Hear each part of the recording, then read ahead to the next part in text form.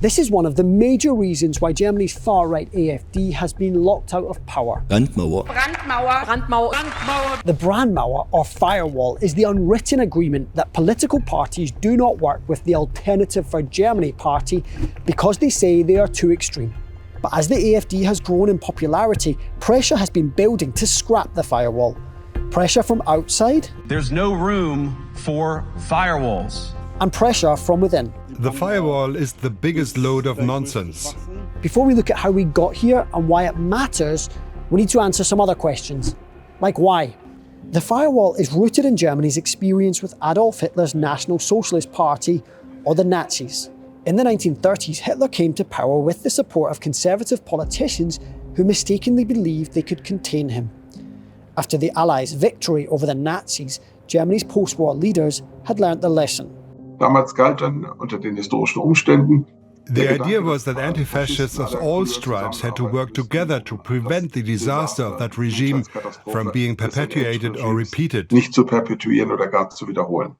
So why is the AfD behind the firewall? The AfD began in 2013 as an economically liberal anti-Euro party.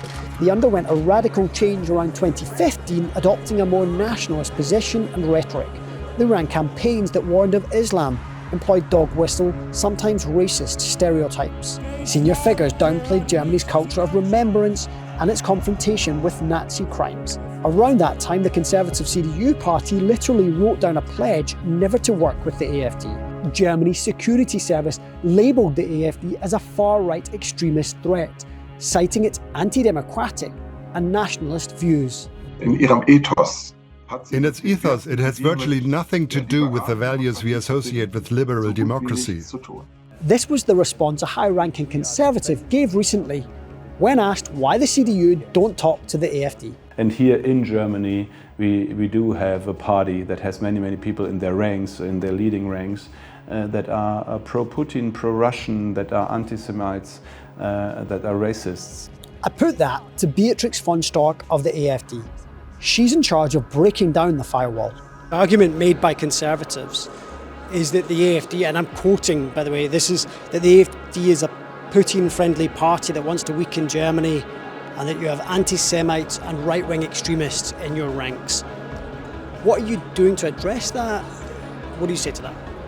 We don't have to say anything about it. You know, they tried this all over the last years. They are still, struggling and changing their strategy towards AfD. I do understand it's very difficult because they basically have to change their politics, the policy.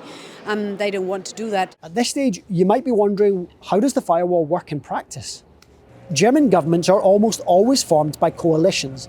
The firewall means the other parties rule out governing with the AfD. That applies to all levels of government, including the European Parliament, but it goes further. Look at this. The AfD is the second biggest party in the German Parliament, 150 members, around 20% of the seats. In theory, that means they should get to nominate one of the vice presidents of the Parliament. The AfD should get to chair a fifth of the committees. But in practice, the other parties refuse to vote for the AfD nominees, and this infuriates them. We could nominate Jesus Christ and Mahatma Gandhi and they wouldn't be voted through. Jesus Christ certainly wouldn't have been in the AfD. The firewall also means that other parties don't support AfD motions or amendments, nor do they rely on AfD votes. That's important. So, has the firewall ever been breached? The short answer is yes, and it was a huge deal. Take a look at this photo. In it, we see the AfD and the CDU voting together in January 2025. How did we get here? 1 week earlier, a rejected asylum seeker attacked a group of kindergarten children with a knife. He killed one child and a man who had intervened. It came in the middle of a highly charged election campaign. Merz, then running to be Chancellor, called a vote on a sweeping migration motion. The other Democratic Party said they vote it down. He pressed ahead. The motion passed with the votes of the AfD. It was unprecedented. The AfD were delighted. While Merz insisted it wasn't cooperation, other parties were irate. You need to raise the firewall again. Tens of thousands took to the streets to protest, seemingly unconvinced by Merz's argument that the vote didn't amount to cooperation.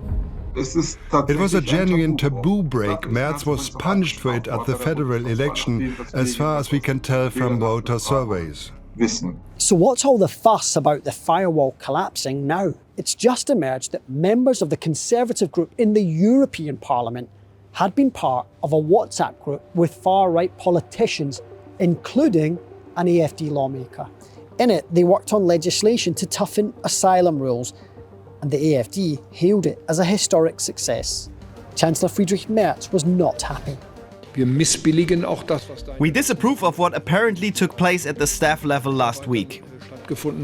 But the parties on the centre-left and the left have pounced on the news to accuse the Conservatives of betrayal, while the AfD says this cooperation is an important step. I think this is a process we're going through, and once it's established even more on the European level, this will push the firewall also a bit backwards or down in Germany, and we will end with a coalition. Working together, a process of working together in the very end. So what's the answer? What can the other political parties do? Remember that graph I showed you at the beginning? Well, the AfD support is especially strong in one region. In the last big elections, they won all but 3 of the East German constituencies outside Berlin. This makes them increasingly hard to ignore. Auf kommunaler Ebene lässt sich in vielen Bundesländern oder zumindest in den ostdeutschen Bundesländern aber mehr und mehr. At the local level in many states, especially in the east, you increasingly can't get anything done without the AfD on board. Rejecting a proposal just because the AfD supports it only adds to their mythology. Bloß weil die AfD ihm beispringt, führt eher dazu, sie weiter zu mythisieren.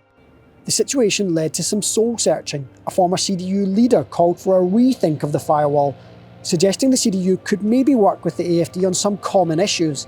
It triggered a huge debate. Chancellor Merz stuck by the firewall, saying the AfD was anti-democratic. This party has openly declared its intention to destroy the CDU. It wants a different country. That's why the outstretched hand that the AfD keeps holding out is in reality a hand that seeks to destroy us. Despite those warnings, some lawmakers at the local level are already embarking on a different approach. Luka Pawoda is the mayor of Garz, a town on the Polish border. Frustrated by traditional party politics, he started his own movement, freed from the firewall.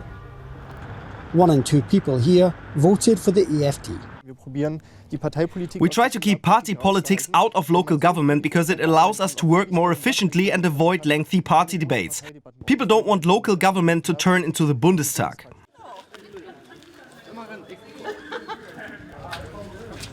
Pawoda sits on the city council alongside AfD members. His experience tells him that the way to counter the AfD is not through stigmatisation, but by showing voters that their concerns are taken seriously.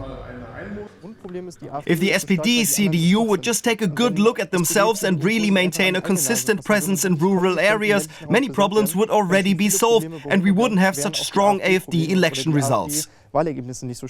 So we have a hugely symbolic vote in the German parliament, we have cooperation at the European and communal level, and wider societal pressure. Take all that together and the firewall is crumbling. For the AfD, the strategy is working, chipping away at the old rules and norms, trying to drive a wedge between the Conservative CDU and the other parties. For the CDU, the choice is brutal. Do you hold the course? Pray that you can perform an economic miracle that re-energises the party with the risk of failing and potentially losing even more support? Or do you dismantle the firewall and start working with the AfD? But that could split the party right down the middle, and voters too may just decide to give up on the CDU. Which brings us back to Friedrich Merz. If he is right, it's an existential dilemma that could not only have a profound impact on his Conservative Party, but Germany as we know it.